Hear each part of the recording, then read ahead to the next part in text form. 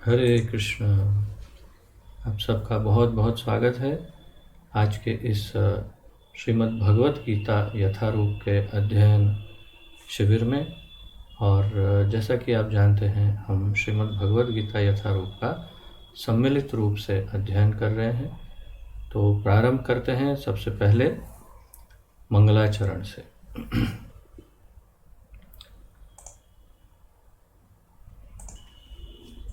ॐ अज्ञानतिमिरान्धस्य ज्ञानाञ्जनशलाकया चक्षुरुन्मीलितं येन तस्मै श्रीगुरवे नमः। श्रीचैतन्यमनोभीष्टं स्थापितं येन भूतले स्वयं रूपकदा मह्यं ददाति स्वपदान्तिकं। वन्देऽहं श्रीगुरुं श्रीयुतपदकमलं श्रीगुरून् वैष्णवांश्च श्रीरूपं साग्रजातं सहगण रघुनाथान्वितं तं सजीवं साद्वैतं सावधूतं परिजनसहितं कृष्णचैतन्यदेवं श्रीराधाकृष्णपादान् सहगण ललिता श्रीविशाखान्वितांश्च।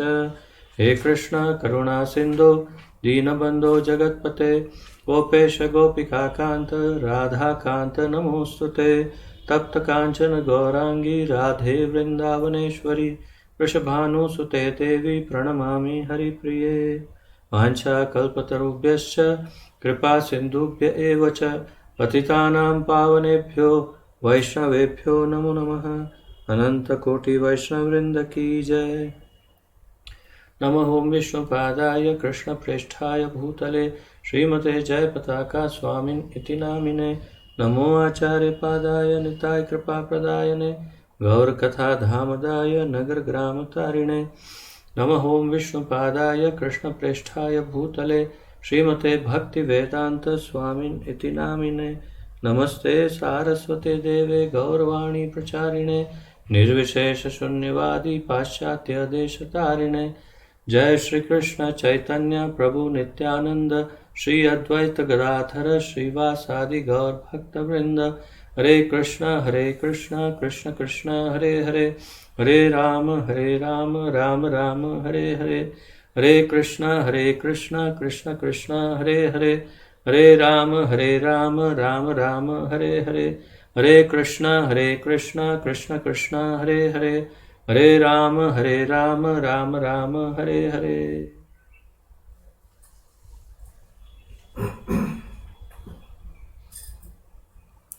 आप सबका बहुत बहुत स्वागत है। तो जैसा कि हमने पहले बताया, श्रीमद् भगवद गीता यथारूप जो भगवान श्री कृष्ण ने अपने परम भक्त परम प्रिय भक्त अर्जुन को कुरुक्षेत्र के युद्ध स्थल पर बताई, वही भगवद गीता का हम सम्मिलित रूप से संपूर्ण भगवद गीता का अध्ययन करने का हमने प्रयोजन किया है। और आज द्वितीय कक्षा है उसकी, अर्थात द्वितीय लेक्चर। और आइए जहाँ से विराम लिया था पिछली बार, वहीं से आगे बढ़ते हैं। और जैसा कि आप जानते हैं, हम श्रील प्रभुपाद जी द्वारा लिखित जो भगवद गीता की भूमिका है उसका अध्ययन हम कर रहे थे। और लगभग शुरुआत ही की थी हमने भूमिका की। तो जहाँ से विराम लिया था वहीं से आगे बढ़ेंगे। हिंदी अगर आपके पास भगवद गीता है तो उसमें 21वें पेज नंबर 21 से हमने विराम लिया था, वहीं से हम आगे बढ़ते हैं।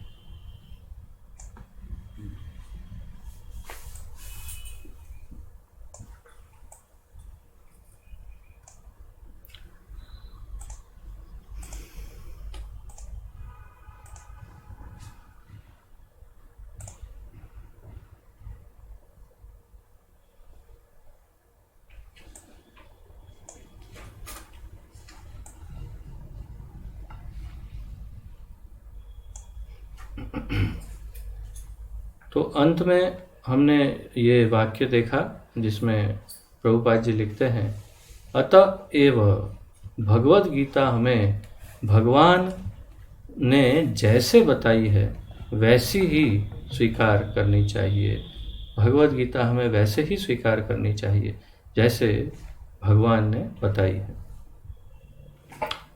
भगवद गीता के चतुर्थ अध्याय में, चौथे अध्याय में 1 से लेकर 3 श्लोक में भगवान कहते हैं, श्रीमद् भगवद गीता के चौथे अध्याय के पहले, दूसरे और तीसरे श्लोक में भगवान कहते हैं, इमं विवस्वते योगं प्रोक्तवानहमव्ययं विवस्वान् मनवे प्राह मनुरिक्ष्वाकवे ब्रवीत् एवं परंपरा प्राप्तम् इमं राजर्षयो विदुः सकाले नेह महता योगो नष्टः परन्तप स एवायं मया तेभ्य योगः प्रोक्तः पुरातनः भक्तोऽसि मे सखा चेति रहस्यं हेतदुत्तमम्।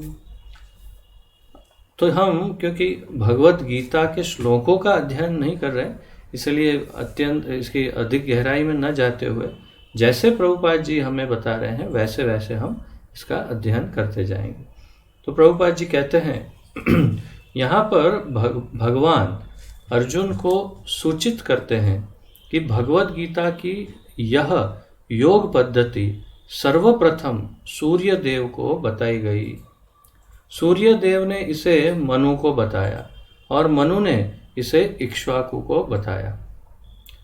तो यहाँ पर प्रभुपाद जी बता रहे हैं, इस श्लोक में बताया कि भगवान अर्जुन को सूचित कर रहे हैं, इन्फॉर्म कर रहे हैं, इन्फॉर्मेशन दे रहे हैं, सूचना दे रहे हैं, जानकारी। क्या जानकारी दे रहे हैं कि ये योग पद्धति अर्थात भगवत गीता की जो योग पद्धति है, अर्थात श्रीमद् भगवत गीता में जो ज्ञान है वो ज्ञान सर्वप्रथम सूर्य देव को भगवान ने स्वयं बताया। सबसे पहले भगवान ने स्वयं ही सूर्य देव को बताया ये ज्ञान। सूर्य देव ने इसे मनु को बताया। सूर्य देव ने ये ज्ञान मनु को दिया और मनु ने अपने पुत्र इक्ष्वाकु को बताया। इस प्रकार गुरु परंपरा द्वारा यह योग पद्धति एक वक्ता से दूसरे वक्ता तक पहुंचती रही, अर्थात एक चेन, एक लिंक, एक श्रृंखला, सीरीज का आरंभ हुआ जिसे हम परंपरा कहते हैं। तो उस परंपरा का आरंभ हुआ और उस परंपरा के प्रारंभ में सबसे पहले ये ज्ञान भगवान ने किसे दिया? सूर्यदेव को। सूर्यदेव ने फिर वो ज्ञान मनु को दिया, मनु ने वो ज्ञान इक्ष्वाकु को दिया, इक्ष्वाकु ने अपने पुत्र को, उन्होंने अपने पुत्रों को और अन्य जो भी इसका योग्य ग्रहण करता था उन्हें ये ज्ञान मिलता रहा, क्योंकि योग्य पात्र को ही ये ज्ञान दिया जा सकता है। ये अत्यंत गुह्य, बहुत महत्वपूर्ण और सीक्रेट ज्ञान है, गुप्त ज्ञान। तो परंतु ये ज्ञान श्रृंखला में चलता गया इस परंपरा में, जो भगवान से लेकर सूर्यदेव से आरंभ हुआ। फिर भगवान कहते हैं स काले नेह महता योगो नष्ट परम तपः। तो ये श्रृंखला कहीं ना कहीं टूट गई। तो प्रभुपाद जी आगे बताते हैं, लेकिन कालांतर में यह छिन्न भिन्न हो गई। फलस्वरूप भगवान को इसे फिर से बताना पड़ रहा है, इस बार अर्जुन को कुरुक्षेत्र के युद्ध स्थल में। तो भगवान ने पहले अर्जुन को यह बताया कि क्यों मैं ये ज्ञान तुम्हें दे रहा हूं। तुम मेरे मित्र हो, भक्तोसी में सखा चेती, तुम मेरे मित्र हो, बहुत मेरे भक्त हो, बहुत प्रिय हो तुम मेरे। परंतु ये केवल एकमात्र कारण नहीं है। कारण ये भी है कि मैं चाहता हूं कि ये ज्ञान मैंने पहले जो सूर्यदेव को दिया और फिर परंपरा में आ रहा था, वो ज्ञान धीरे धीरे करके नष्ट होने लगा, और अब मैं ये चाहता हूं कि ये ज्ञान फिर से स्थापित हो जाए, और इसीलिए मैं ये ज्ञान तुम्हें दे रहा हूं। क्यों? क्योंकि जैसे स काले नेह महता नष्ट योग। तो ये सेम थिंग। तो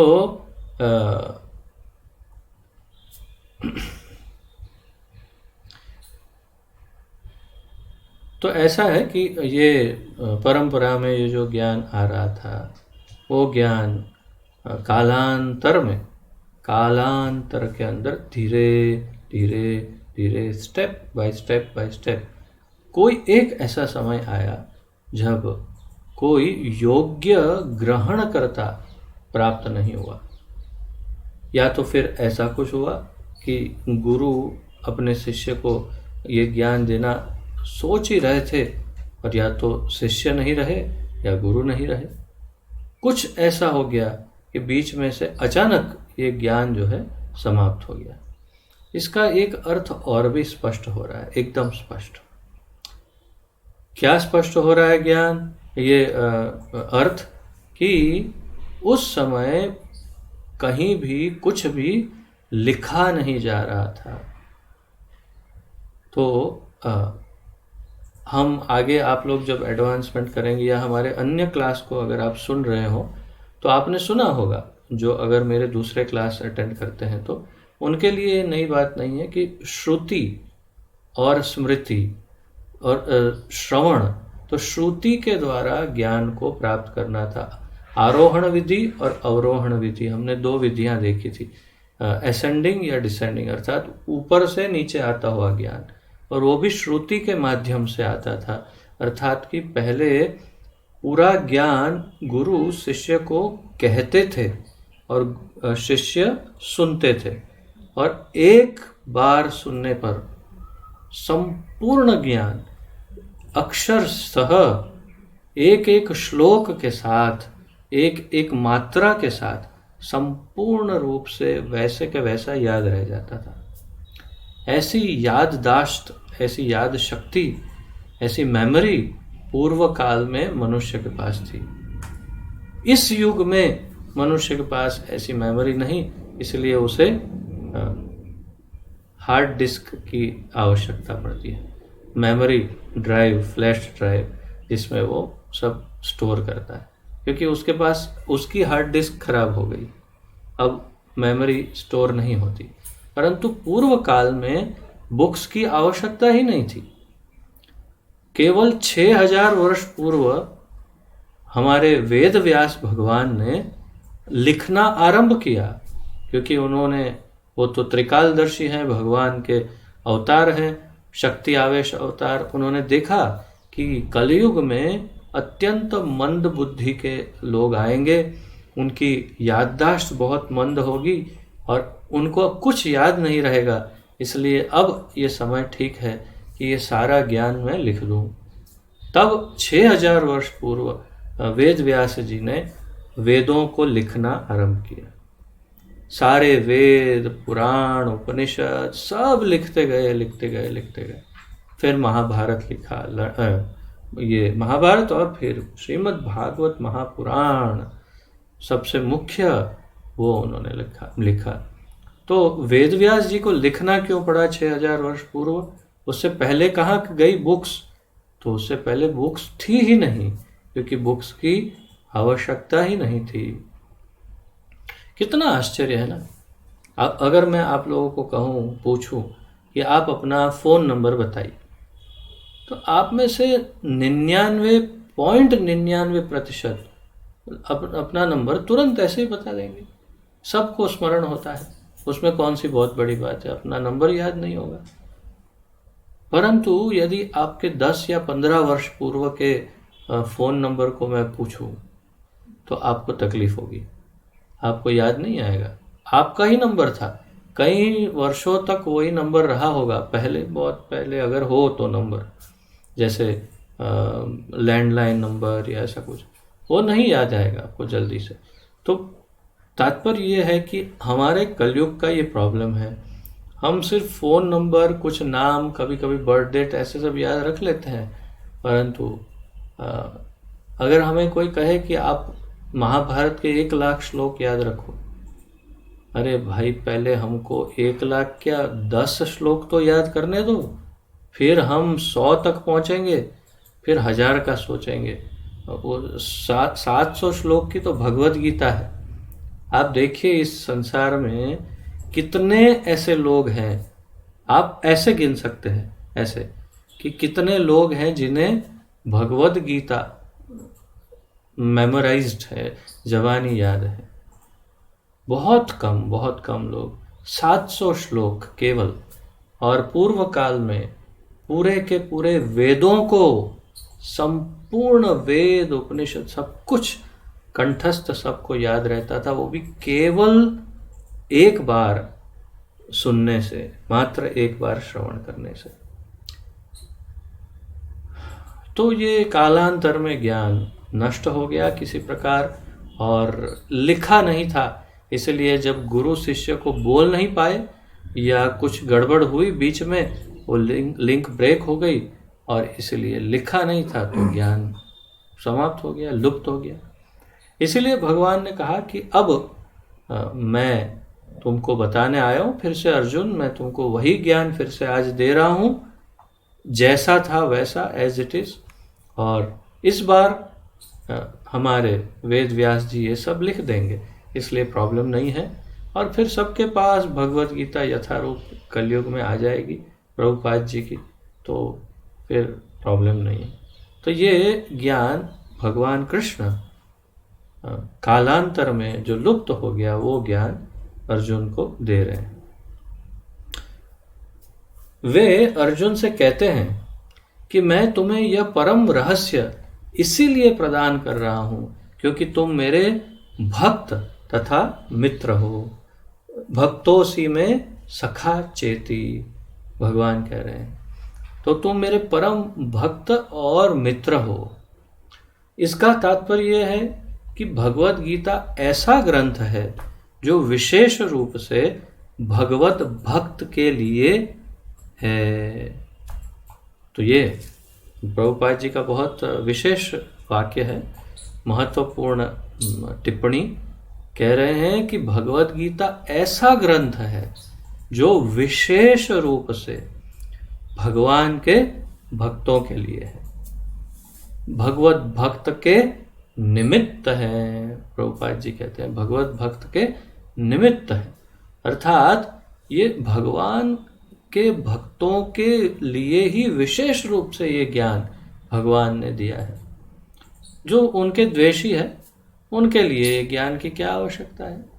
भगवान भगवत गीता के 18वें अध्याय के 67 नंबर के श्लोक में कहते हैं, 18.67 में भगवान कहते हैं, अर्जुन को चेतावनी देते हैं, वार्निंग, ये गुह्य ज्ञान तुम जो मेरा भक्त ना हो, जो मुझसे द्वेष करता हो, उसे ये ज्ञान कभी मत देना। भगवान अर्जुन को ये वार्निंग देते हैं कि ये ज्ञान तुम अभक्तों को कभी भी मत सुनाना। तो इससे विपरीत देखे तो, और फिर इससे विपरीत 67 में ये कहा, और 68 और 69 में 18 अध्याय 68 और 69 में कहते हैं कि यह इदं परमं गुह्यं मद्भक्तेषु अभिधास्यति भक्तिं मयि परां कृत्वा मामे वैष्यति असंशयः न च तस्मान् मनुष्येषु कश्चित् मे प्रियकृत्तमः भविता न च मे तस्मान् अन्य प्रियतरो भुवि। तो भगवान कहते हैं 68 और 69 में कहते हैं कि लेकिन अगर कोई ये ज्ञान मेरे भक्तों को सुनाता है तो मैं घोषणा करता हूं कि इस संसार का मेरा सबसे प्रिय भक्त वो हो जाएगा, और उससे अधिक प्रिय मुझे ना कभी कोई था और ना कभी हो सकता है।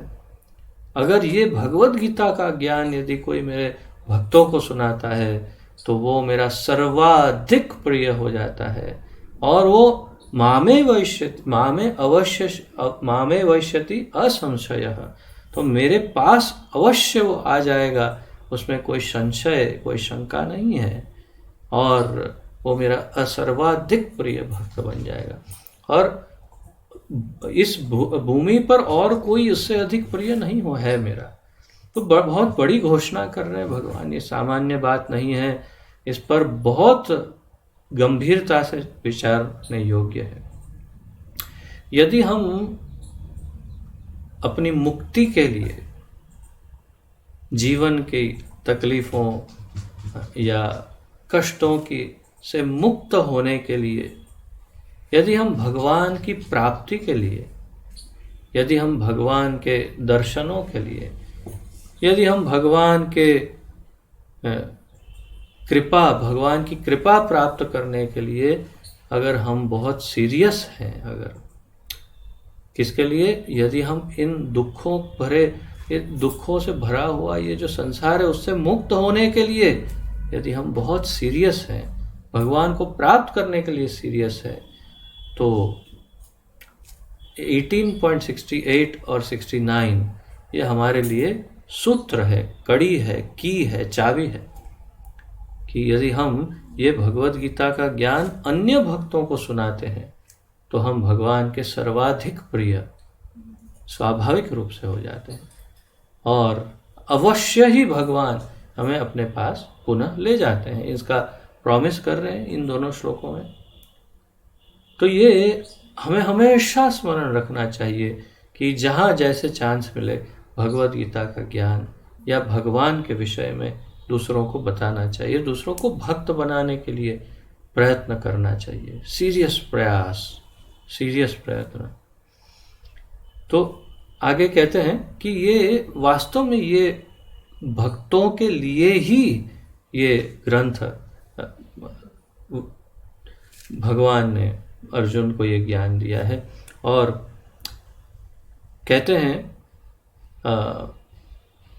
इसका तात्पर्य यह है कि भगवत गीता ऐसा ग्रंथ है जो विशेष रूप से भगवत भक्तों के लिए है, भगवत भक्त के निमित्त है। आध्यात्मवादियों की 3 श्रेणियां हैं। तो भक्तों को, भक्त अर्थात क्या, या फिर भक्त दूसरों से किससे अलग है, भक्ति में क्या विशेष है, उसकी थोड़ी संक्षिप्त चर्चा यहाँ प्रभुपाद जी कर रहे हैं। कह रहे हैं कि योगियों की 3 श्रेणियां हैं, आध्यात्मवादियों की 3 श्रेणियां हैं। तो आध्यात्मिक जीवन में जो भी रुचि लेता है, जो अध्ययन करता है आध्यात्मिक, तो उनके मुख्य रूप से उनकी 3 श्रेणियां, 3 विभाग, 3 हिस्सों में विभाजित किया जाता है। ज्ञानी, योगी तथा भक्त, या निर्विशेषवादी, ध्यानी और भक्त। तो एक ही बात है, ज्ञानी या निर्विशेषवादी, योगी या ध्यानी और भक्त अर्थात भक्त।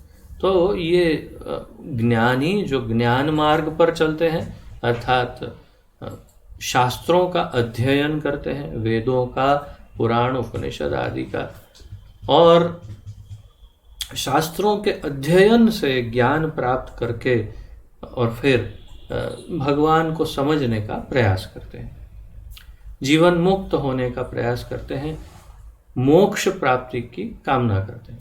ज्ञानी। योगी वो है अर्थात जो ध्यानी है या ध्यान योगी। तो ज्ञान योगी, ध्यान योगी। तो ध्यान योगी, अच्छा योग शब्द का अर्थ क्या है? तो योग शब्द में युज धातु है। युज का अर्थ है जुड़ना, जोड़ देना। तो योग का अर्थ है भगवान से जुड़ना, भगवान के साथ मिलन, उसे योग कहते हैं। जबकि आजकल कभी भी किसी को कहेंगे कहाँ, हम योगा क्लास में जाते हैं ना। अच्छा, योगा क्लास में जाते हैं, क्या करते हैं? हवा छोड़ते हैं और उल्टा सीधा पैर ऊपर नीचे करते हैं, योगा क्लास। अरे भैया, वो योगा से आपको भगवान प्राप्त नहीं होंगे। वो योगा नहीं, वो भोगा है। भोगा अर्थात भोग है, उसमें कहीं योग नहीं। योग का अर्थ है भगवान से जुड़ने का प्रयास, और उसमें ज्ञान योग, ध्यान योग और भक्ति योग, ये 3 योग मुख्य है। कर्मयोग भी है, परंतु कर्मयोग में सफलता का बहुत ही कम चांस रहता है भगवत प्राप्ति के लिए विशेष रूप से। तो यहाँ पर प्रभुपाद जी तीनों योग की बात कर रहे हैं। ज्ञानी आप समझ गए, ध्यान योगी मुख्य रूप से शास्त्रों के अनुसार, हमारे आचार्यों के अनुसार हृदय में विराजमान परमात्मा जो बैठे हैं हृदय में, उन पर ध्यान लगाते हैं और उन्हीं की प्राप्ति करते हैं, या फिर ध्यान के द्वारा भगवान की प्राप्ति करते हैं, उसे ध्यान योगी। और अंत में है जो सर्वोपरि माने गए हैं, वो है भक्त या भक्ति योगी। तो यहाँ प्रभुपाद जी बता रहे हैं, यहाँ पर भगवान अर्जुन से स्पष्ट कहते हैं कि वे उसे इस नवीन परंपरा, गुरु परंपरा का प्रथम पात्र बना रहे हैं, क्योंकि प्राचीन परंपरा खंडित हो गई थी। तो भगवान यहाँ पर उसे कह रहे हैं कि पुरानी जो परंपरा थी, जो सूर्य देव से आई थी, वो परंपरा खंडित हो गई, इसलिए अब मैं एक नई परंपरा को आरंभ कर रहा हूँ। न्यू साइकिल, नई परंपरा का आरंभ कर रहा हूँ, और उस नई परंपरा में सबसे पहला अर्जुन है, प्रथम कैंडिडेट। तो मैं अर्जुन से इस परंपरा का आरंभ कर रहा हूँ, ऐसा वो उसे बता रहे हैं, अर्जुन को ऐसा प्रभुपाद जी बता रहे हैं। अतएव यह भगवान की इच्छा थी कि सूर्य देव से चली आ रही विचारधारा की दिशा में ही अन्य परंपरा स्थापित की जाए, और उनकी यह इच्छा थी कि उनकी शिक्षा का वितरण अर्जुन द्वारा नए सिरे से हो। उनकी इच्छा थी कि अर्जुन ही इसमें मुख्य पात्र बने। वे चाहते थे कि अर्जुन भगवत गीता का प्रामाणिक अधिकारी बने। वे ये भी चाहते थे कि अर्जुन भगवत गीता का प्रामाणिक अधिकारी बने। ये शब्द हमारे लिए क्यों महत्वपूर्ण है? क्योंकि हमें भी अर्जुन की ही तरह भगवत गीता को ग्रहण करने के लिए प्रामाणिक अधिकारी बनना आवश्यक है। अतएव हम तो आपको प्रश्न होगा कि हम कैसे बन सकते हैं प्रामाणिक अधिकारी? तो प्रामाणिक अधिकारी बनने के लिए प्रतिदिन कम से कम 16 माला हरे कृष्ण महामंत्र का जप और 4 नियम का चुस्त रूप से पालन, ये हमारा ग्रहण करने का, ये ग्रहण शक्ति को विकसित करने का साधन है। इस साधन के द्वारा हम भगवत गीता के गुह्य ज्ञान को ग्रहण कर सकते हैं और पचा भी सकते हैं। ग्रहण तो कर सकते हैं, लेकिन पचाना भी जरूरी है। इसलिए हमारे अंतःकरण को शुद्ध करने के लिए कम से कम 16 माला प्रतिदिन हरे कृष्ण महामंत्र और 4 नियम का सख्ती से पालन करने से हृदय कोमल होकर उसमें ये ज्ञान सेटल हो सकता है।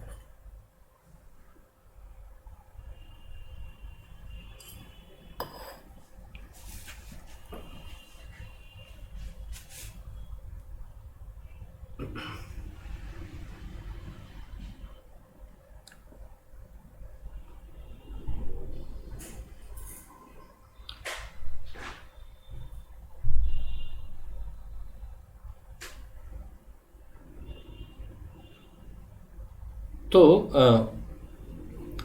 अतएव हम देखते हैं कि भगवत गीता का उपदेश अर्जुन को विशेष रूप से दिया गया, क्योंकि अर्जुन भगवान का भक्त, स्वयं श्री कृष्ण का शिष्य तथा घनिष्ठ मित्र था। तो प्रभुपाद जी यहाँ पर इन बातों पर बड़ा जोर दे रहे हैं कि ये भगवत गीता का ज्ञान किसे प्राप्त हो सकता था? भगवान का जो भक्त हो, उनका घनिष्ठ मित्र और शिष्य भी हो।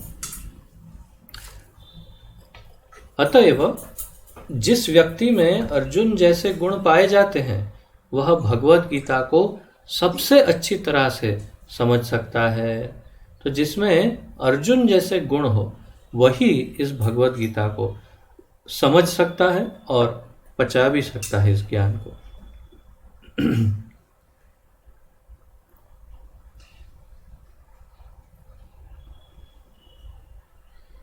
कहने का तात्पर्य यह है कि भक्त को भगवान से सीधे संबंधित होना चाहिए। भगवान और भक्त का सीधा संबंध होना वो जरूरी है। प्रभुपाद जी कहते हैं अगर भक्त का और भगवान का संबंध नहीं बना है तब फिर थोड़ा मुश्किल है कि ये ज्ञान हमें प्राप्त हो, या तो फिर हम प्राप्त हो भी जाए तो हम पचा पाए। क्योंकि मैं कहीं मुझे पता नहीं, स्मरण नहीं आप लोगों को कभी बताया कि नहीं, अन्य क्लासों में कई बार बता चुका हूँ कि मैं जब इस हरे कृष्ण आंदोलन, श्री कृष्ण भावनामृत आंदोलन इस्कॉन से जुड़ा, उससे पूर्व, बिल्कुल जुड़ने से कुछ महीने पूर्व मुझे बहुत तीव्र इच्छा हुई कि मैं भगवद गीता पढूं। और मैंने यही भगवद गीता जिसका हम अभी अध्ययन कर रहे हैं उसे मंगवाई और फिर पढ़ना आरंभ किया और पूरी की पूरी भगवद गीता पढ़ गया।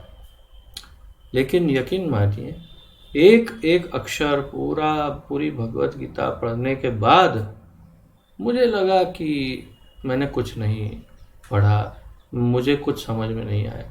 एक वस्तु केवल मेरे दिमाग में बैठी, इतने 700 श्लोकों की भगवद गीता, इतने कितने पेजेस है उसमें? हाउ मेनी लास्ट हिंदी वाली? वो तो इंग्लिश वाली पढ़ी थी मैंने, तो वो तो इससे काफ़ी मोटी है। 800 566 तो 700 800 पेजेस की भगवद गीता पूरी पढ़ने के बाद एक वस्तु ऐसी थी जो मेरे दिमाग में सेट हो गई थी, और वो ये था कि भगवान को सब कुछ अर्पण करके ही खाना चाहिए, बिना भोग लगाए कुछ लेना नहीं चाहिए, कुछ भी नहीं। ये पता नहीं, ये इतनी बड़ी भगवद गीता में इतना ही मैं समझ पाया।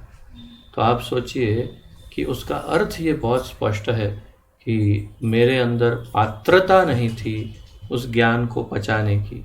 मैंने गुरु को स्वीकार नहीं किया था, इसीलिए परंपरा के बिना ही ज्ञान लेने बैठा और इसलिए ज्ञान डाइजेस्ट नहीं हो, पचा नहीं।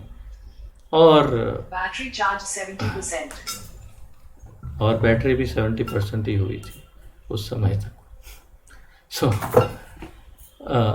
और ये भी था कि मेरे अंदर की जो शुद्धता है हृदय की, वो शुद्धता इतनी पर्याप्त मात्रा में नहीं थी कि मैं पूरा ज्ञान पचा सकूं।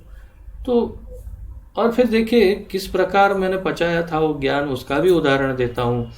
इतना ही पचा था ज्ञान कि भगवान को सब अर्पण करके खाना चाहिए। तो मैं अकेला रहता था और मैगी बनाते, ये सब दुबई की बात है, मैं दुबई में था उस समय और नौकरी करता था। तो मैगी बनाता था, उसमें बहुत इतनी साइज़ का एक बड़ा वाला प्याज कांदा वो लेता था, उसको छोटे छोटे टुकड़े करके उसके ऊपर डालता था और फिर राधा गोविंद जी के सामने रखता था।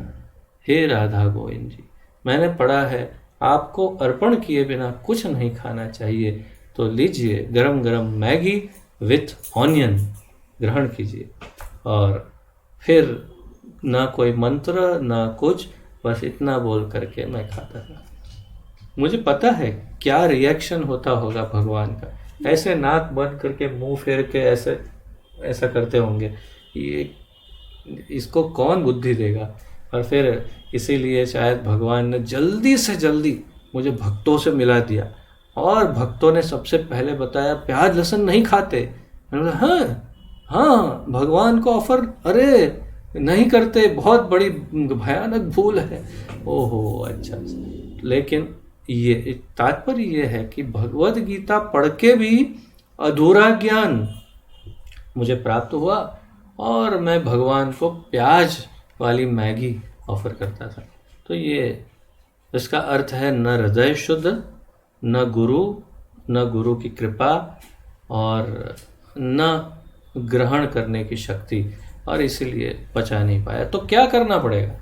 भगवान का भक्त, उनके शुद्ध भक्त की कृपा प्राप्त करके और फिर उनसे संबंध स्थापित करके, उनका मित्र बन करके, या फिर किसी भी एक प्रकार के संबंध में उनसे जुड़ करके ही हम ये ज्ञान को अच्छी तरह प्राप्त कर सकते हैं। तो लिखा है, ज्यों ही कोई भगवान का भक्त बन जाता है त्यों ही उसका सीधा संबंध भगवान से हो जाता है। जैसे ही कोई भगवान का भक्त बन जाता है, सीधा ही उसका संबंध भगवान से जुड़ जाता है। तो भगवान से संबंध जोड़ने के लिए क्या करना होगा? भक्त बनना होगा। यह एक अत्यंत विशद विषय है, लेकिन संक्षेप में यह बताया जा सकता है कि भक्त तथा भगवान के मध्य 5 प्रकार के संबंध हो सकते हैं। ये बहुत बड़ा विषय है। आप में से जो भक्त हमारे साथ भक्ति रसामृत सिंधु, उपदेशामृत और अन्य कई सब कितने सारे ग्रंथों का अध्ययन कर चुके हैं, उन्हें सब ये सब ज्ञान है कि विशेष रूप से भक्ति रसामृत सिंधु में हमने देखा कि कितने प्रकार के रसों के साथ हम भगवान से संबंध जोड़ सकते हैं, कैसे कैसे जोड़ सकते हैं।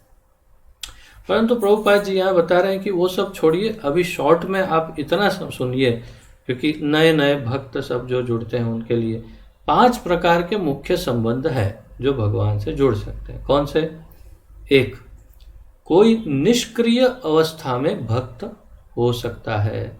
निष्क्रिय अवस्था में भक्त अर्थात भक्त भगवान की सेवा में नहीं लगा है, अभी भगवान की सेवा नहीं कर रहा है, परंतु भगवान को भगवान स्वीकार करता है और बहुत उनके प्रति उसे बहुत सारा आदर है, बहुत अहोभाव, आश्चर्यचकित होता है वो उनके ऐश्वर्य से। ओहो भगवान कितने महान है, ऐसे तो उसको ये आश्चर्य भाव है भगवान के प्रति, परंतु अभी उनकी सेवा में नहीं लगा। तो इसे शांत रस कहते हैं, शांत भाव। तो ये शांत भाव में भक्त कोई हो सकता है। दूसरा है, कोई सक्रिय अवस्था में भक्त हो सकता है। सक्रिय अवस्था में अर्थात भगवान की सेवा करके, तो उसका उदाहरण है दास्य भाव या दास्य रस। तो दास्य भाव के साथ कोई भगवान के दास के रूप में उदाहरण दिया जाता है। परम भक्त श्री हनुमान जी महाराज और गरुड़ देव आदि, ये सब भगवान के दास्य भाव में जो है भक्ति करते हैं। तो उनके साथ भगवान के साथ सीधा संबंध जुड़ा हुआ है। तीसरा, कोई सखा रूप में भक्त हो सकता है। प्रभुपाद जी बता, तो सखा के रूप में अर्थात मित्र के रूप में, तो उसके लिए उदाहरण सबसे पहला और सबसे महत्वपूर्ण आपके सामने है अर्जुन का उदाहरण, जो उनका मित्र है। और उनके वृंदावन लीला में उनके मित्र देखो तो श्री दामा, सुदामा और मधुमंगल और इत्यादि, ऐसे कितने सारे उनके मित्र हैं जो वृंदावन में हैं, और फिर उनकी अलग अलग लीलाओं में उनके कई मित्र रह चुके हैं। तो भगवान के साथ मित्रता का व्यवहार करते हुए फ्रेंडशिप में कोई भक्त हो सकता है। यह है सखा भाव या सखा रूप या सखा रस, साख्य रस, सख्य रस। कोई माता, चौथा, कोई माता या पिता के रूप में भक्त हो सकता है। तो कोई ये सोच सकता है, प्रायः हम कब लगभग ऐसा सोचते हैं कि भगवान मेरे माता पिता है, मैं उनका बेटा हूँ या बेटी हूँ। ऐसा भाव शुरुआत में लगभग ऐसे ही भाव आता है। लेकिन यदि ये भाव विकसित हो कि मैं कृष्ण की माता या मैं कृष्ण का पिता हूँ, वो मेरा छोटा बच्चा है, मुझे उसकी देखभाल करनी है, घर में गोपाल जी हो और गोपाल जी की आप सेवा करते हो, जिसमें प्रतिदिन गोपाल जी को एक छोटे बच्चे की तरह, एक छोटे से शिशु की तरह आप उनकी देखभाल करते हो, तो वो है वात्सल्य रस या वात्सल्य भाव। तो वात्सल्य भाव में भी माता पिता के रूप में कोई भक्त हो सकता है भगवान का। भगवान का भक्त ही है, परंतु माता पिता के रूप में। पांचवा, कोई माधुर्य प्रेमी के रूप में भक्त हो सकता है, तो कोई जैसे गोपियां हैं भगवान की मित्र, ऐसे गोपियों के भाव में, उनके साथ माधुर्य भाव में भी उनकी भक्ति कर सकता है। अर्जुन के संबंध सखा रूप में थे। निसंदेह इस मित्रता सख्य भाव तथा भौतिक जगत में पाए जाने वाली मित्रता में आकाश पाताल का अंतर है। प्रभुपाद जी कह रहे हैं कि सखा भाव, कृष्ण और अर्जुन मित्र थे, लेकिन सामान्य संसार में जो सखा भाव देखा जाता है उसमें और कृष्ण अर्जुन के सखा प्रेम में अत्यंत बड़ा अंतर है, आसमान और जमीन का अंतर है, ऐसा बता रहे हैं। यह दिव्य मित्रता है और हर किसी को प्राप्त नहीं हो सकती। निसंदेह प्रत्येक व्यक्ति का भगवान से विशेष संबंध होता है और यह संबंध भक्ति की पूर्णता से ही जागृत होता है। एक निसंदेह एक जीव का, कल ही हम हमारे क्लास में जो भगवान श्री चैतन्य महाप्रभु का शिक्षामृत, उसके अध्ययन में यही चर्चा कर रहे थे। विशेष ज्ञान हमें चैतन्य महाप्रभु ने दिया, हमने कल प्राप्त किया कि एक जीवात्मा का संबंध भगवान के साथ अलग से विशेष संबंध होता है। हम सामान्य संसार में ऐसा नहीं देख सकते। सामान्य संसार में देखते हैं कि कोई एक व्यक्ति के 2, 4, 10, 20, 25, 50 मित्र हो सकते हैं, पर 1000, 2000 मित्र कैसे होंगे? कैसे संभालेगा इतने मित्रों को? और प्रति एक के साथ वो व्यक्तिगत संबंध कैसे स्थापित करेगा? परंतु भगवान की शक्तियों की कोई सीमा नहीं है, इसलिए भगवान प्रति एक जीव के साथ विशेष व्यक्तिगत संबंध जोड़ सकते हैं। और इसीलिए हम सब वास्तव में, हमारा सबका भगवान के साथ एक संबंध तो है ही, परंतु भक्ति की पूर्णता से ही ये संबंध जागृत हो सकता है। तो संबंध है, परंतु उसे जगाना पड़ेगा भक्ति से। किंतु जीवन की वर्तमान अवस्था में हमने न केवल भगवान को भुला दिया है, अपितु हम भगवान के साथ अपने शाश्वत संबंध को भी भूल चुके हैं। हमने इतना ही नहीं कि हम भक्ति को, भगवान को सब भूल चुके, परंतु हम अपना जो नित्य संबंध है भगवान के साथ उसे भी भूल चुके। लाखों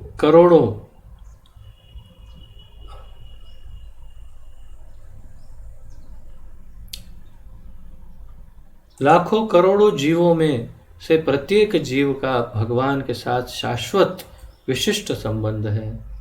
तो हर एक जीव का संबंध विशेष संबंध है। यह स्वरूप कहलाता है। इसे स्वरूप कहते हैं। किसे? इस संबंध को, हमारा जो संबंध है भगवान से, उसे हमारा स्वरूप कहते हैं। भक्ति योग की प्रक्रिया द्वारा यह स्वरूप जागृत किया जा सकता है। जब हम भक्ति योग आरंभ करते हैं तभी हम इस स्वरूप को जागृत कर सकते हैं। तो संबंध है परंतु सो गया है, अर्थात हम भूल गए, और उसे जगाने के लिए भक्ति योग की आवश्यकता है। तब यह अवस्था स्वरूप सिद्ध कहलाती है। तो स्वरूप सिद्धि कहलाती है।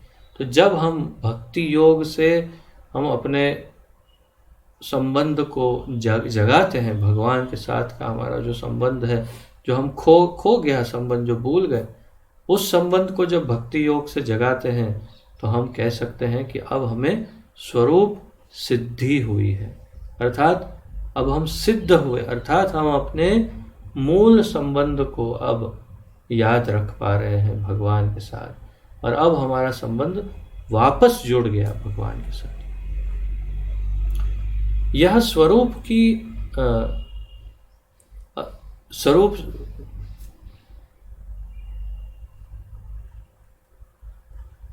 यह स्वरूप सिद्धि अर्थात स्वाभाविक या मूलभूत स्थिति की पूर्णता कहलाती है। तो ये स्वाभाविक या मूलभूत स्थिति की पूर्णता कहलाती है ये स्थिति। तो हमारी स्वाभाविक स्थिति अर्थात जैसे उदाहरण कि मान लो आप किसी नाटक में हिस्सा लेने जा रहे हैं, तो घर में आप बैठे हैं और आपने एक टी शर्ट एक पैंट पहना हुआ है और फिर आप ड्रामा के लिए निकलते हैं, तो आपने पहले ये कपड़े बदल लिए, बहुत अच्छे से कोई शर्ट और बहुत अच्छा कपड़ा पहन के आप बाहर निकले, अच्छे से बाल वाल बना करके, फिर ड्रामा जहाँ है वहाँ पर पहुँच गए। फिर वहाँ पर ड्रामा का आपका जो रोल है उसकी वेशभूषा को लिया और फिर वो पूरी वेशभूषा को आपने पहना और फिर आपने ड्रामा किया और फिर घर वापस जाना है। तो क्या अब उसी ड्रामा के उस नाटक के की जो वेशभूषा है उसी के साथ घर पहुंच जाते हैं? हो सकता है रास्ते में कई लोग डर जाए, आपके घर वाले डर जाए, तो इसलिए आप पहले वहाँ पर वो सारा ड्रेस निकालते हैं, मेकअप उतारते हैं और फिर जो कपड़े घर से पहन के आए थे वो कपड़े पहन के घर पे जाके उस शर्ट को भी निकाल के फिर से टी शर्ट में आके बैठ जाते हैं। वो है मेरी स्वरूप, मेरा मूलभूत स्वरूप या मेरा स्वाभाविक मूलभूत मेरी स्थिति। मेरी मूलभूत स्थिति थी मैं टी शर्ट में पैंट में घर में रहता हूँ, वो मेरी मूलभूत स्थिति या मेरा स्वरूप है। तो हम कृष्ण के साथ कौन से स्वरूप में हमेशा रहते थे उस स्वरूप में वापस आ सकते हैं भक्ति योग के द्वारा। अतएव अर्जुन भक्त था और वह भगवान के संपर्क में मित्र रूप में था। हमें इस बात पर विशेष ध्यान देना चाहिए कि अर्जुन ने भगवत गीता को किस तरह ग्रहण किया। अब ये बात महत्वपूर्ण है कि अर्जुन किस तरह से इस ज्ञान को ग्रहण करता है। ज्ञान को तो ग्रहण ठीक है, लेकिन कैसे ये ज्ञान को ग्रहण करना चाहिए, स्वीकार करना चाहिए, पचाना चाहिए, वो भी बड़ा विशिष्ट है।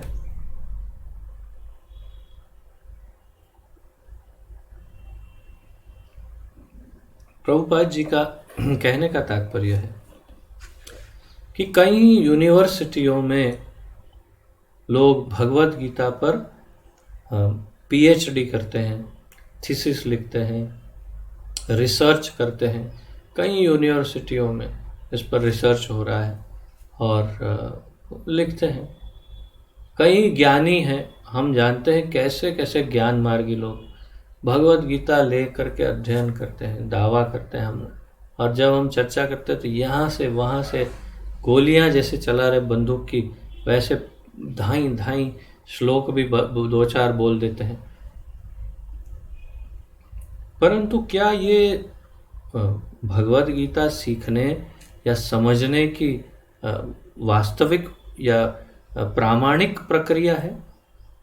यूनिवर्सिटी में, कॉलेज में, स्कूल में या कोई भी किसी भी आध्यात्मिक व्यक्ति के द्वारा नहीं। तो कौन से मनोभाव से कैसे भगवत गीता को स्वीकार करना चाहिए वो बहुत महत्वपूर्ण है। और वही अब यहाँ पर प्रभुपाद जी अर्जुन के उदाहरण से बता रहे हैं कि हमारा मनोभाव कैसा होना चाहिए जिससे कि हम इस ज्ञान को पचा सके, ग्रहण कर सके। इसका वर्णन 10वें अध्याय भगवत गीता में 12वें, 13वें और 14वें श्लोक में है। 10 पॉइंट 12, 13, 14 भगवत गीता 10वां अध्याय 12, 13, 14। अर्जुन उवाच परम ब्रह्म परम धाम पवित्रम परम भवान। परम ब्रह्म परम धाम पवित्रम परमं भवान। पुरुषं शाश्वतं दिव्यं आदिदेवं विभुम् आदिदेवम् अजं विभुम् परं ब्रह्म परं धाम पवित्रं परमं भवान् पुरुषं शाश्वतं दिव्यम् आदिदेवम् अजं विभुम् आहुस्त्वा मृषयः सर्वे देवर्षिर्नारदस्तथा असितो देवलो व्यासः स्वयं चैव ब्रवीषि मे सर्वम् एतद् धृतं मन्ये यन्मां वदसि केशव न हि ते भगवन् व्यक्तिं विदुर्देवान दानवाः। अब इसका अर्थ समझाते हैं प्रभुपाद जी। अर्जुन ने कहा, आप भगवान परम धाम पवित्रतम परम सत्य हैं।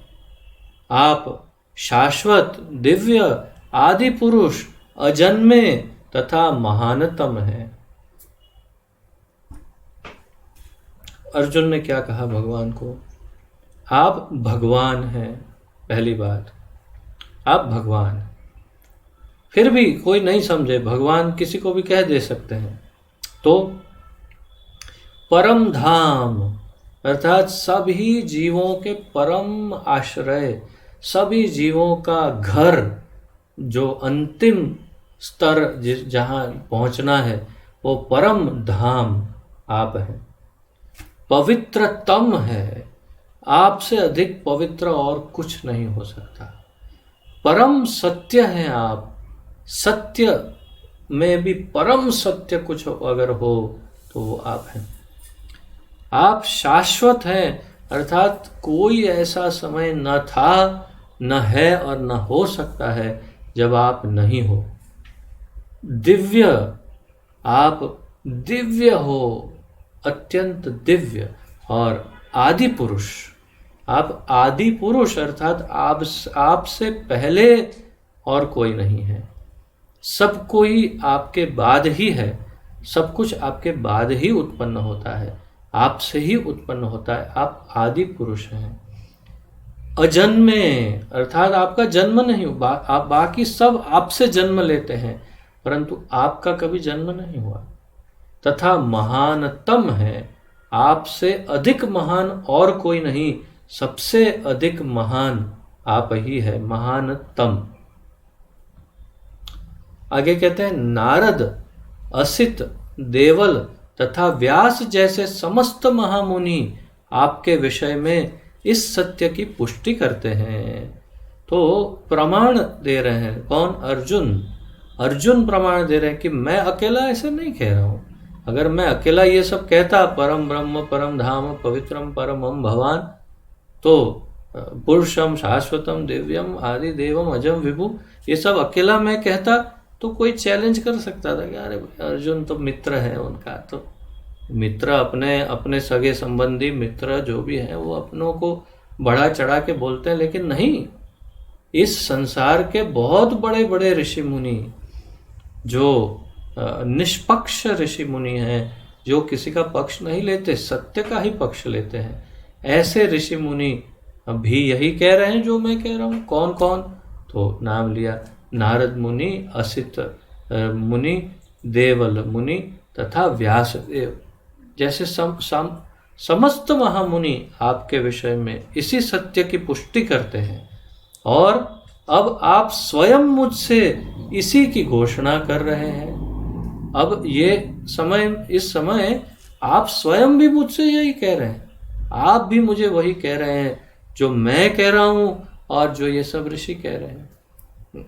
तो इसीलिए हम सबको स्वीकार करना चाहिए कि परम भगवान स्वयं कृष्ण है।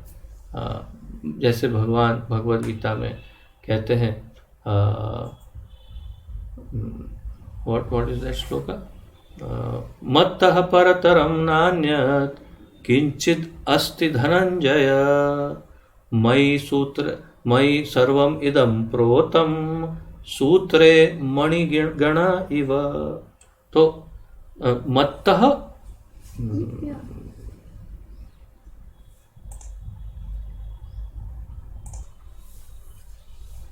तो भगवान अर्जुन से कहते हैं मत्तः परतरम नान्यत किंचित अस्ति धनंजय। मेरे से ऊपर और कोई नहीं है हे अर्जुन, और मेरे समानांतर भी कोई नहीं है, अर्थात कि मेरे जितना महान या मुझसे अधिक ऊपर कोई हो ऐसा कोई नहीं। बल्कि जैसे एक धागे के अंदर, एक सूत्र के अंदर सारे मोतियों को पिरोते हैं हम, और जिस प्रकार वो बहुत सुंदर माला बन जाती है, तो उसमें मुख्य तो वो सूत्र ही होता है। जैसे ही वो धागे को काट देते हैं तो पूरी माला बिखर जाती है। उसी तरह उस धागे की तरह मयि सर्वम इदम प्रोतम सूत्रे मणिगणा इव। तो मेरे अंदर ही ये समस्त संसार पूरा स्थिर रहता है। तो भगवान ने भी कहा, अर्जुन ने भी कहा, और सारे ऋषि मुनियों ने भी कहा। तो अब तीनों ने कहा क्या कि भगवान कृष्ण से और न ऊपर कोई है और न उनके समान कोई है, और वही भगवान है और परब्रह्म परमेश्वर है।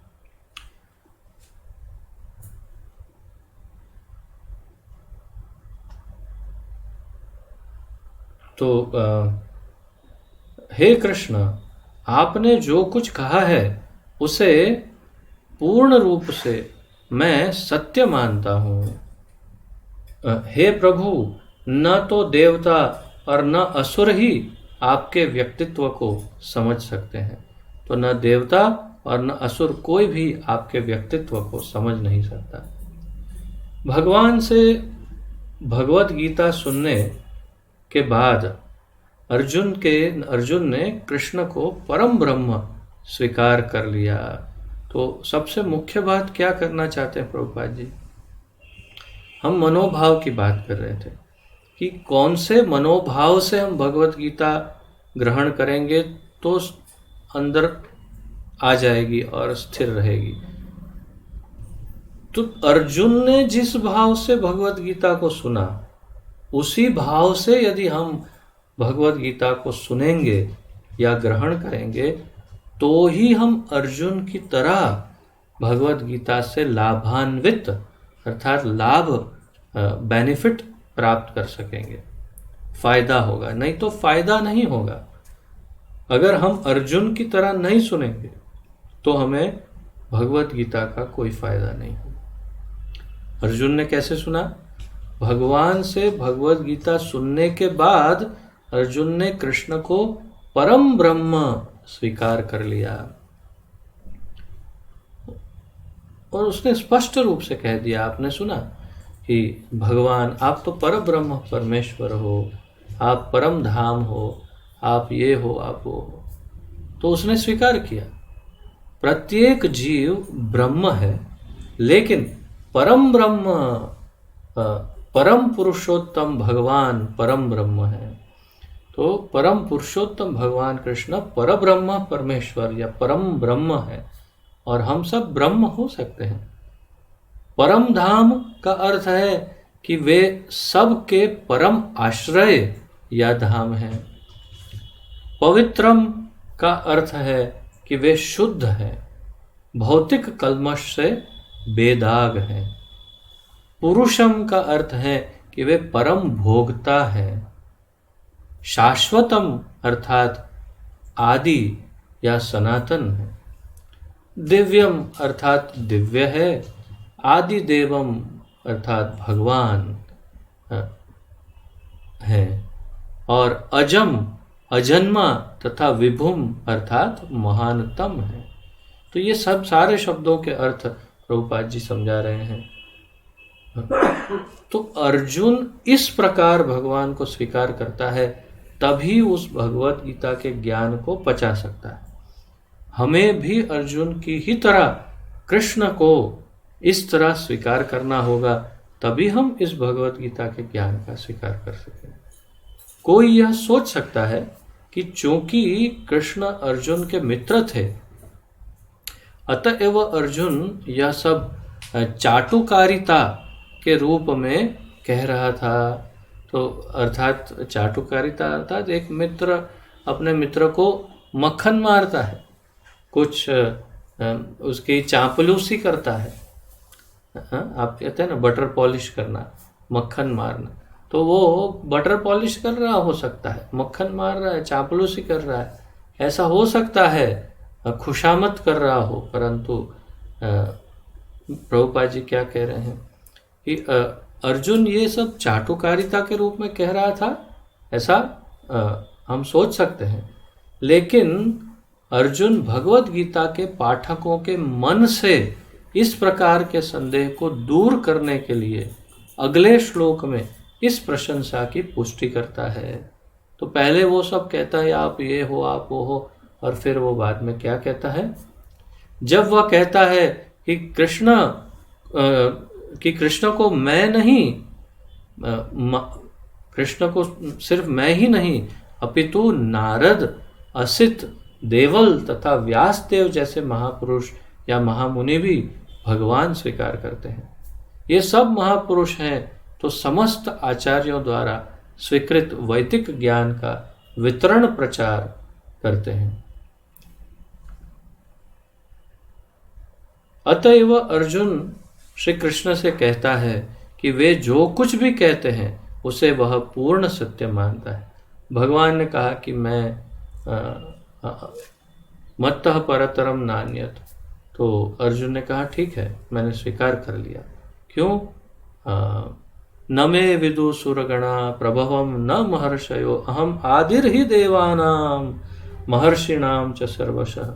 मैं सबका आदि हूँ और मुझे कोई नहीं जानता, न देवी न देवता, कोई मुझे नहीं जानता, बल्कि सबका मैं आदि हूँ। तो अर्जुन कहता हाँ ठीक है, मैं स्वीकार करता हूँ। क्यों स्वीकार करता हूँ? क्योंकि मैं अकेला नहीं स्वीकार कर रहा, ये सब इतने सारे ऋषि मुनि भी स्वीकार कर रहे हैं, इसलिए मैं भी स्वीकार करता हूँ। सर्वम एतद धृतम मन्ये, जैसा हमने पढ़ा श्लोक में, सर्वम एतत् धृतम मन्ये, तो ये सब भी तो मान रहे हैं। आप जो कुछ कहते हैं उसे मैं सत्य मानता हूँ और ये सब भी सत्य मान रहे हैं। अर्जुन यह भी कहता है कि भगवान के व्यक्तित्व को समझ पाना बहुत कठिन है, यहाँ तक कि बड़े बड़े देवता भी उन्हें नहीं समझ पाते। इसका मतलब यह हुआ कि भगवान मनुष्य से ऊंचे व्यक्तित्व द्वारा भी जाने नहीं जा सकते। अर्थात कोई देवी देवता हो जाए तो भी भगवान को नहीं जान सकता। वही जो मैंने अभी अभी कहा कि न मे विदु सुरगणाः, मुझे कौन नहीं जानता, सुर गण अर्थात कोई देवी देवता नहीं जानता। प्रभवम न महर्षयो, और मुझे कोई ऋषि मुनि भी नहीं जानते। अहम आदिर ही देवानाम, सभी देवी देवताओं का मूल हूँ मैं। तो मुझे कोई नहीं जानता, भगवान कहते हैं। तो यही बात यहाँ पर प्रभुपाद जी कर रहे हैं कि उन्हें कोई देवी देवता भी नहीं जान सकता है। अतएव मानव मात्र भक्त बने, मानव मात्र भक्त बने बिना भगवान श्री कृष्ण को कैसे समझ सकता है। अर्थात मानव मात्र भक्त बने बिना भगवान को कैसे समझ सकता है। तो हम भक्त बनने के सिवा हमारे पास कोई रास्ता ही नहीं कि हम भगवान को समझ पाए। अगर समझ पाना है भगवान को तो भक्त बनना पड़ेगा। भक्त्या माम अभिजानाति यावान्यश्चास्मि तत्वतः भक्त्या त्वनन्या शक्य अहम एवं विधोर्जुन। अलग अलग श्लोकों में भगवान कहते हैं कि मुझे भक्ति से ही जाना जा सकता है। तो भगवान को अगर समझना हो तो भक्ति योग परम आवश्यक है। अतएव भगवत गीता को भक्ति भाव से ग्रहण करना चाहिए। किसी को यह नहीं सोचना चाहिए कि वह कृष्ण के तुल्य है, भगवान के समान अपने आप को नहीं समझना चाहिए। नहीं यह सोचना चाहिए कि कृष्ण सामान्य पुरुष हैं। या कि एक महान व्यक्तित्व है, ऐसी सब गलतियां नहीं करनी चाहिए। भगवान श्री कृष्ण साक्षात पुरुषोत्तम भगवान है। अतएव भगवत गीता के कथनानुसार या भगवत गीता को समझने का प्रयत्न करने वाले अर्जुन के कथन अनुसार हमें सिद्धांत रूप में कम से कम इतना तो स्वीकार कर लेना चाहिए कि कृष्ण भगवान हैं, और उसी विनीत भाव से हम भगवत गीता को समझ सकते हैं। तो ये स्पष्ट हो गया। अगर हम भगवत गीता को समझ सकते हैं, ये हम कब भगवत गीता को समझ सकते हैं? जब हम अर्जुन की तरह विनम्र भाव से कृष्ण को भगवान मान ले, तभी हम भगवत गीता को समझ सकते हैं। यदि हम भगवान कृष्ण को भगवान न माने, एक साधारण देवी देवता माने, या कोई महापुरुष माने, या कोई योगी माने, या कुछ भी नहीं माने, कोई साधारण व्यक्ति माने, तो हम भगवत गीता नहीं समझ सकते। अगर हम कृष्ण को परब्रह्म परमेश्वर माने, जैसे अर्जुन और ये सब ऋषि मुनियों ने माना, तो हम भगवत गीता समझ सकते हैं। जब तक कोई भगवत गीता का पाठ विनम्र भाव से नहीं करता है, तब तक उसे समझ पाना अत्यंत कठिन है, क्योंकि यह एक महान रहस्य है। क्योंकि ये भगवत गीता एक महान रहस्य है, बहुत महान रहस्य, और रहस्य को जानने के लिए विनम्र भाव से कृष्ण का भक्त बनना परम आवश्यक है। तो आज यहीं तक चर्चा रखते हैं। आगे चर्चा अगले सप्ताह करेंगे। और यदि आपका किसी का कोई अब तक जो चर्चा हुई उसके उपलक्ष्य में यदि कोई प्रश्न आदि हो तो पूछ सकते हैं, अन्यथा फिर हम विराम लेंगे।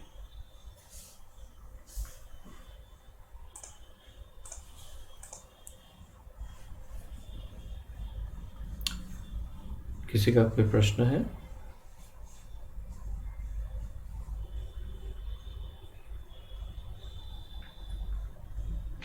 जी लालू महाराज। हरे कृष्ण बाबू जी। हरे कृष्ण बाबू जी।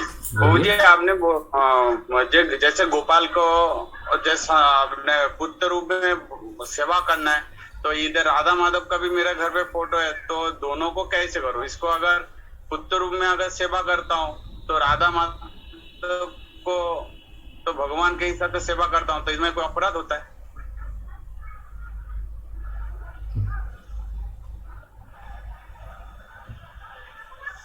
इंटरेस्टिंग क्वेश्चन, बहुत विलक्षण प्रश्न है।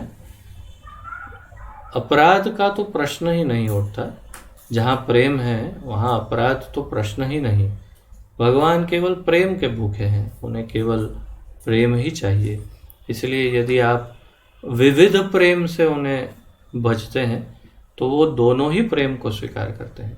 आप यदि राधा माधव को आप उनके पुत्र के रूप में उन्हें भजते हैं तो वो बड़े प्रसन्नता से उसे स्वीकार करते हैं, और गोपाल को अपना बेटा मानते हैं तो गोपाल भी उस भाव को स्वीकार करते हैं। इसलिए दोनों ही ठीक है और दोनों में कोई परेशानी नहीं और कोई अपराध का प्रश्न ही नहीं। आप गोपाल को वात्सल्य भाव से और राधा माधव को मित्र, माधुर्य या किसी भी भाव से, दास्य भाव से या किसी अन्य भाव से आप उन्हें भज सकते हैं। दास्य भाव में एक प्रकार से ये भाव रहता ही है कि मेरे जो स्वामी है वो मेरे माता पिता भी हैं, तो हम राधा माधव को दास्य भाव में भज सकते हैं। और गोपाल के प्रति वात्सल्य भाव हो तो उसमें कोई आपत्ति नहीं, दोनों भाव एक साथ हो सकते हैं। ठीक है? हरे कृष्ण। हरे कृष्ण। बहुत अच्छा प्रश्न था। और कोई किसी का प्रश्न?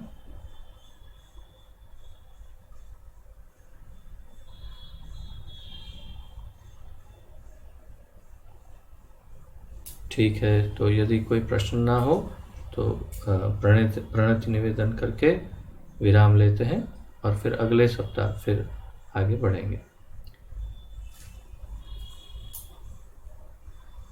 श्री श्री राधा पार्थ सारथी भगवान की जय। क्यों पार्थ सारथी? और राधा रानी के बिना तो भगवान का नाम लेना ही ठीक नहीं, इसलिए राधा पार्थ सारथी। पार्थ अर्थात अर्जुन, और जो अर्जुन के सारथी बने अर्थात ये भगवद गीता के हमारे ठाकुर जी पार्थ सारथी। श्री श्री राधा पार्थ सारथी भगवान की जय।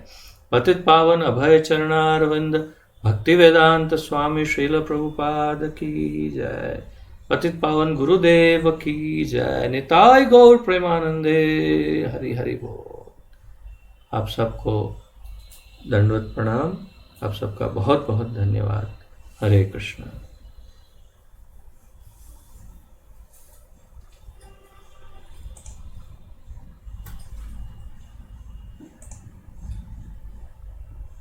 तो मैं देख पा रहा हूँ